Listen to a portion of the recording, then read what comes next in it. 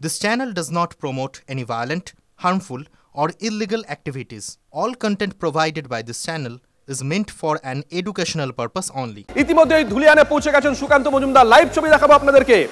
ধুলিয়ানে পৌঁছে গেছেন সুকান্ত মজুমদার।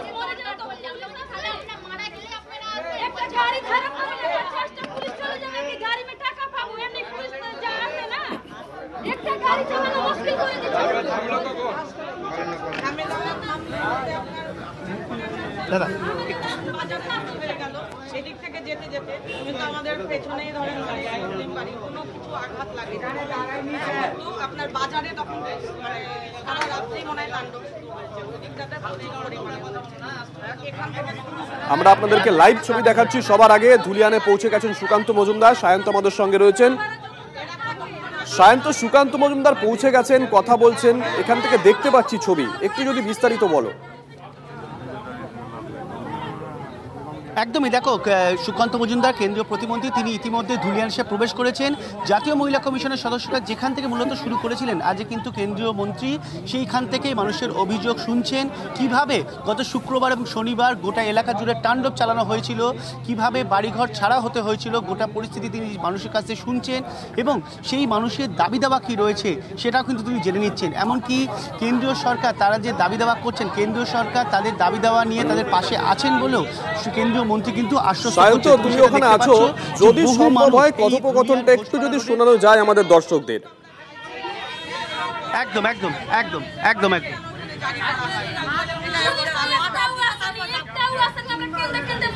তখন থানায় কেউ ফোন টোন করেনি।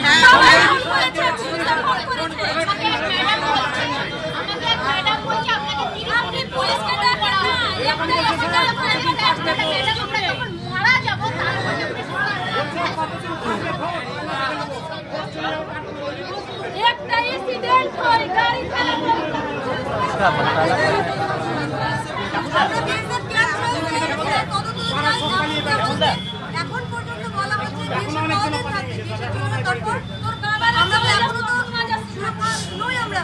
এমন মুখের ভাষা প্রচন্ড খারাপ।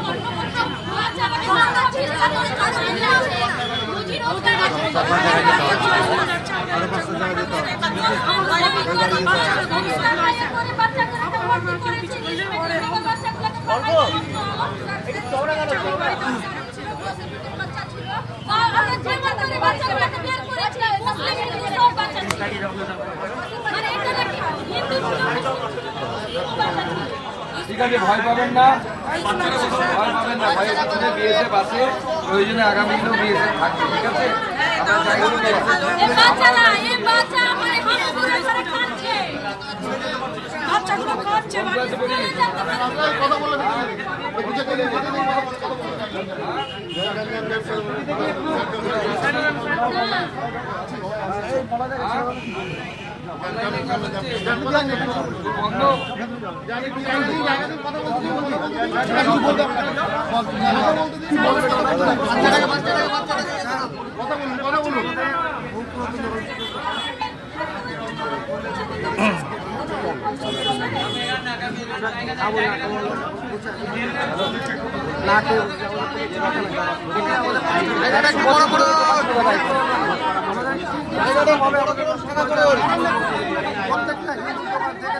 আমরা এই মুহূর্তে আপনাদেরকে লাইভ ছবি দেখাচ্ছি ধুলিয়ান থেকে।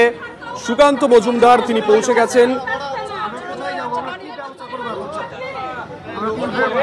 ঘর ছাড়াদের সঙ্গে কথা বলছেন। জাতীয় মহিলা কমিশনের সদস্যরা যেখান থেকে শুরু করেছিলেন তাদের সফর, সুকান্ত মজুমদারও সেখান থেকেই তার এই সফর শুরু করছেন। এই মুহূর্তে ধুলিয়ানে রয়েছেন যারা ঘর হারা, তাদের সঙ্গে কথা বলছেন সুকান্ত মজুমদার, তাদের অভাব অভিযোগ শুনছেন সুকান্ত মজুমদার। এই মুহূর্তে আপনাদেরকে লাইভ ছবি দেখাচ্ছি। সুকান্ত মজুমদার এর পরে যাবেন জাফরাবাদে, যে পরিবার তাদের সন্তানকে হারিয়েছিল, পিতাকে হারিয়েছিল, সেই পরিবারের সদস্যদের সঙ্গেও কথা বলবেন সুকান্ত মজুমদার। এখনো পর্যন্ত আমাদের কাছে এই খবরই রয়েছে। ধুলিয়ানে সুকান্ত মজুমদার এই মুহূর্তে রয়েছেন, যে ছবি আপনাদেরকে লাইভ দেখাচ্ছি। সুকান্তর কাছে যাবতীয় অভিযোগ করছেন ঘর ছাড়ারা, যেখান থেকে জাতীয় মহিলা কমিশন তাদের এই মুর্শিদাবাদ সফর শুরু করেছিল, ঠিক সেখান থেকেই আজকে সফর শুরু করছেন সুকান্ত মজুমদার। এই মুহূর্তে ধুলিয়ানে রয়েছেন, আমরা লাইভ আপনাদেরকে দেখাচ্ছি সেই ছবি। একবার শোনার চেষ্টা করি কি কথোপকথন। বলছেন ভয় পাবেন না, কিন্তু আমরা কি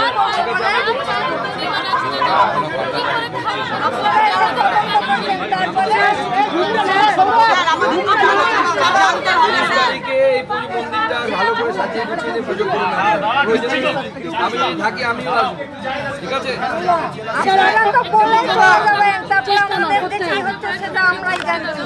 স্যার আপনাকে আসতে হবে স্যার পুজোর দিন, মানে এতটাই ঠিক আছে, হ্যাঁ আপনি আমি দেখছি, আমি আসবেন। ঠিক আছে, এখানে তো আমরা আছি তো।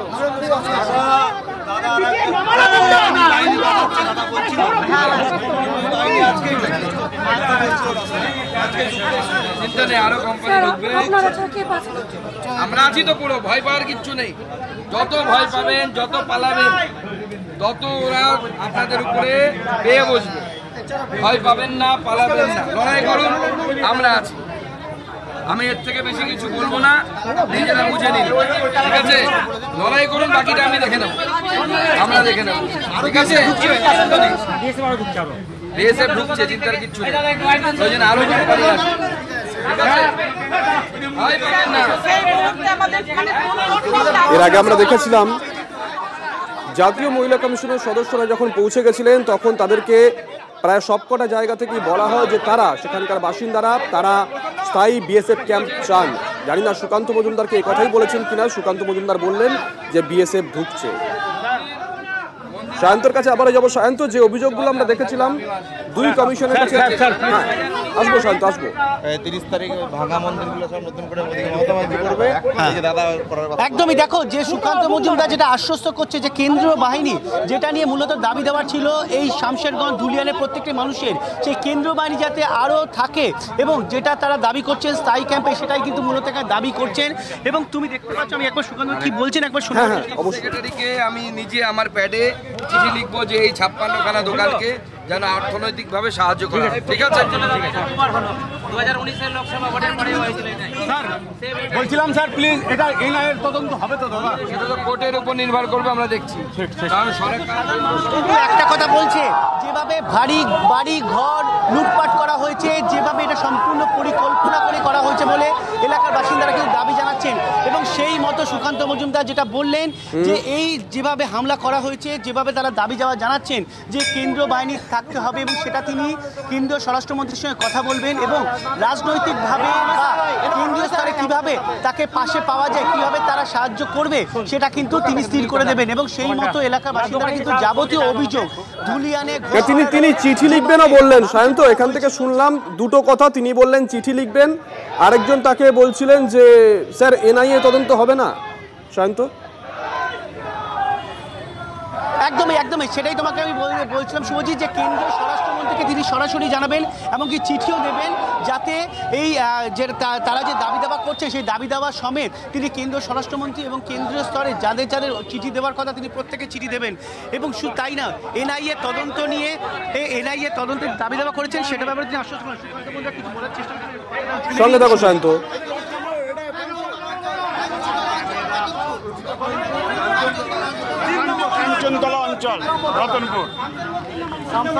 শামশেরগঞ্জ 3 নম্বর কাঞ্চনতলাতে আজকে আমরা আমাদের আমার যে পরিদর্শন, সেই পরিদর্শন শুরু করলাম। আপনারা দেখতে পাচ্ছেন এই মন্দিরটাকে গত 11 তারিখ ভ্যান্ডালাইজ করে মূর্তিগুলোকে ভেঙে সেই মূর্তিকে অপমানিত করা হয়েছে। শুধু তাই নয়, আমি জানি না এরা কোন ধর্মে বিশ্বাস করে যে অন্য ধর্মের দেবদেবীকে অপমান করলে তাদের ধর্মে কি কোনো লাভ হয় বা পুণ্য হয়, আমার তো অন্ততপক্ষে জানা নেই। যারা অন্যের ধর্মকে সম্মান করতে জানে না, তারা নিজের ধর্মকেও সম্মান করতে জানে বলে আমার মনে হয় না। এবং যেভাবে এখানে মানুষ আতঙ্কিত হয়ে আছে, এখনও মন্দিরটা শুরু করতে পারে না। আমি এদেরকে বললাম, মাননীয় মুখ্যমন্ত্রী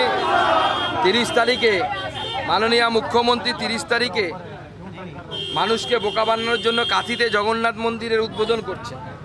আমি এখানকার স্থানীয় মানুষকে আবেদন জানিয়েছি যে ওই 30 তারিখে আপনারা এই মন্দিরকে নতুন করে পরিষ্কার করে আসল মন্দির প্রতিষ্ঠা করুন। ওই নকল হিন্দুদের দিয়ে কাজ হবে না, আসল হিন্দু চাই। সেই আসল মন্দির প্রতিষ্ঠা হবে। প্রয়োজনে আমি এখানে আসবো।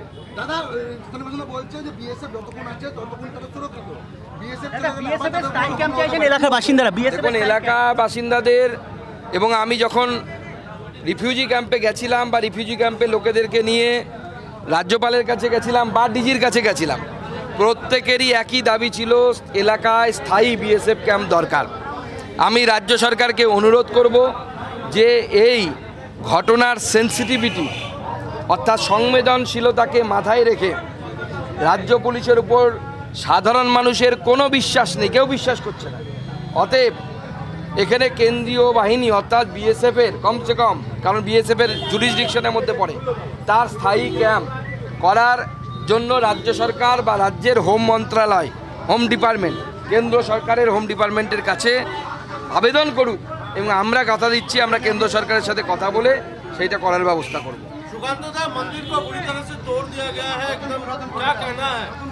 देखिए 11 तारीख को इस मंदिर को पूरी तरीके से वैंडलाइज किया गया, देव देवियों की मूर्ति जो थी उस मूर्ति को तोड़ा गया और उस मूर्ति को अपमानित भी किया गया। टोटल 56 शॉप जो हिंदुओं के थे उसे तोड़ दिया गया, पूरी तरीके से लूट लिया गया। ये भयंकर स्थिति यहाँ पे किया गया और ममता बनर्जी की पुलिस और ममता बनर्जी खुद इसके बारे में एक भी निंदा का शब्द उन्होंने अभी तक इशू नहीं किया, जारी नहीं किया। तृणमूल कांग्रेस के तरफ से और ममता बनर्जी की तरफ से स्पेशली इस तरीके की घटना की निंदा करती हुई कोई भी स्टेटमेंट नहीं आया। उल्टे ममता बनर्जी मुअज्जिम और मौलवियों का जो फ्लॉप शो था उनको लेकर वहाँ पे बोला कि हिंदुओं को समझना चाहिए उनकी ज़मीन ले ली गई। मालूम नहीं मुर्शिदाबाद में कौन सी ज़मीन किसी ने ले ली। इस तरीके का मानसिकता का चीफ मिनिस्टर पश्चिम बंगाल में रहेगा तो सोहरावर्दी पार्ट 2, गेट कलकत्ता की लिंक्स पार्ट 2 और पश्चिम बंगाल का विभाजन तय है। तो इस मुख्यमंत्री इस चीफ मिनिस्टर को कुर्सी से हटाना ही एकमात्र सलूशन है। देखो ना আমরাও চাই এনআইএ তদন্ত। पश्चिम बंगाल के हर एक जिले में ममता दीदी जा रही है, आज जा रही है मिर्जापुर, जा रही है दीघा, यहाँ पे क्यों नहीं आ रही? उनको तो पहले यहाँ पे आना चाहिए, देखना चाहिए, हिंदुओं से बात करनी चाहिए, तब ना कॉन्फिडेंस बढ़ेगा। आप देखिए चीफ मिनिस्टर पश्चिम बंगाल के चीफ मिनिस्टर जो है वो क्या सिर्फ इस मुर्शिदाबाद में मुसलमानों के चीफ मिनिस्टर है कि हिंदुओं के भी चीफ मिनिस्टर है? वो सबका चीफ मिनिस्टर है। तो अब हिंदू लैक ऑफ कॉन्फिडेंस में है, उनमें आत्मविश्वास नहीं है यहाँ पे रहने का। तो इन हिंदुओं से मिलना मुख्यमंत्री जी के लिए बहुत ज़रूरी था, चीफ मिनिस्टर के लिए बहुत ज़रूरी था, उनको आना चाहिए। She should visit this places so that the confidence can be gained by the local Hindu.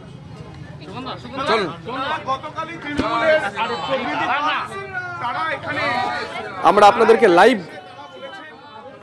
রাজনীতি করতে দেবেন না মৃতের পরিবারকে বলেছে এবং তারা বলছেন এটাও যে বিএসএফ ক্যাম্পের বিষয় নিয়ে সেটা কেন্দ্র সরকার বুঝবে। দেখুন মানুষকে বোকা বানানো ছাড়া এদের কাজ নেই। রাজনীতিটা কারা করছে? আজকে কেন স্থানীয় মানুষরা বলছে, তাদেরকে বলা হচ্ছে যে বিএসএফ সরে গেলে তোদের দেখে নেওয়া হবে, তোদের বাপ সরে গেলে তোদের দেখে নেওয়া হবে। তো সাংসদ বিধায়করা তারা এসে এখানে কথা বলতে পারছে না, তৃণমূলের প্রতিনিধি দল এসে কারা এই ধরনের কথা বলছে? আর বিএসএফ ক্যাম্প কোথায় হবে না হবে তার জমিটা তো রাজ্য সরকারের, মালিক তো জমির মালিক তো রাজ্য সরকার।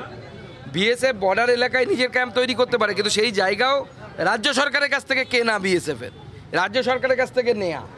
গোটা প্রদেশের অর্থাৎ আমাদের এই পশ্চিমবঙ্গে জমির মালিক হচ্ছে রাজ্য সরকার। রেল হোক বিএসএফ হোক, কেউ যদি কিছু করতে চায় রাজ্য সরকারের কাছ থেকে জমি কিনে তাকে করতে হয়। এইভাবে মানুষকে বোকা বানাবেন না। তৃণমূল কংগ্রেসের যারা এসেছিলেন প্রতিনিধি দলে, হয় তারা মূর্খ জানেন না অথবা পরে জেনে শুনেও বোকামি করছেন বা লোককে বোকানো বানানোর চেষ্টা করছেন।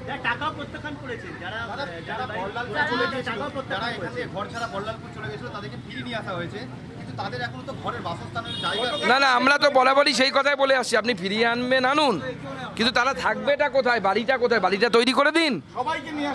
হ্যাঁ, সবাইকে জোর করে নিয়ে আসা হয়েছে, মুখ্যমন্ত্রীর আদেশে এটা হয়েছে। আমার কাছে খবর আছে মুখ্যমন্ত্রী নবান্ন থেকে নির্দেশ দিয়েছে মালদার ডিএমকে এবং মুর্শিদাবাদের ডিএমকে কে যেন তেন প্রকারে বাই হুক অ্যান্ড ক্রুক এদেরকে ফিরিয়ে এনে নিজের বাড়িতে দিতে হবে। অথচ এদের বাড়িটাই নেই, বাড়িটা পুড়ে গেছে, না ভেঙে ফেলা হয়েছে, বাড়িটাই নেই। এরা থাকবেটা কোথায় সেটা তো বলুন। মুখ্যমন্ত্রীর কাছে আমি এই প্রশ্নটা করতে চাই যে আপনি ফিরিয়ে আনতে বলেছেন ভালো কথা, কিন্তু এনারা থাকবেন কীভাবে, কোথায়? না না, এ তো প্রথম দিন থেকে চেষ্টা চলছে। যবে থেকে শুনেছে রাজ্যপাল আসবেন, প্রথমে আমি গেলাম, সেদিনও চেষ্টা হয়েছিল আমাকে ঢুকতে না দেওয়ার এবং আমাদের কর্মী সমর্থকদেরকে ঢুকতে না দেওয়ার।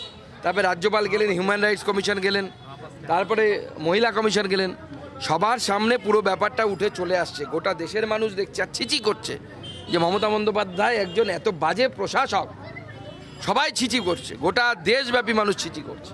এনআইএ তদন্তের আবেদন করছেন পরিবারের সদস্যরা, আপনারা কি বলবেন? না, আমরাও চাই এনআইএ তদন্ত হোক, কিন্তু এনআইএ তো সরাসরি তদন্ত নিতে পারে না। এনআইএ তদন্তের জন্য কোর্টে যাওয়া হয়েছে, কোর্টে গেছে বেশ কিছু মানুষ, কোর্টের রায়ের জন্য আমরা অপেক্ষা করছি। ইতিমধ্যে আমরা দেখছি যে দেখা গেল যে আমরা আপনাদেরকে লাইভ দেখাচ্ছি। সুকান্ত মজুমদার তিনি গেছেন, তিনি ঘর হারাদের সঙ্গে কথা বলছেন, সাংবাদিকদের সঙ্গে কথা বললেন। এরপরে তিনি যাবেন জাফরাবাদে। জাফরাবাদের ছবি আপনাদেরকে আমরা দেখাবো। জাফরাবাদে যে পরিবার তাদের সন্তানকে হারিয়েছে, পিতাকে হারিয়েছে, সেই পরিবারের সদস্যদের সঙ্গে কথা বলবেন সুকান্ত মজুমদার। কৌশিক আমাদের সঙ্গে রয়েছেন। কৌশিক, এখনকার ছবি।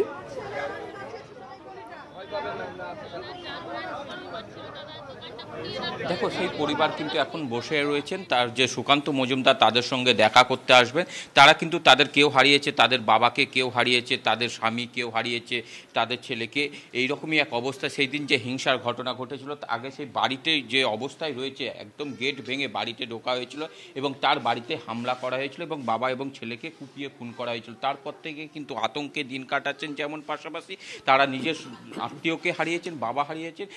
তাদের আজকে আসবে তাদের কাছে। সুকান্ত মজুমদার আজ আসবেন, কি বলবেন?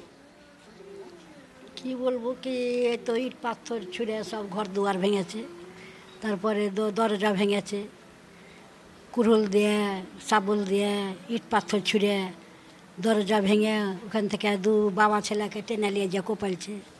সুকান্ত মজুমদার বিজেপি নেতার কাছে কি দাবি রাখবেন আপনারা?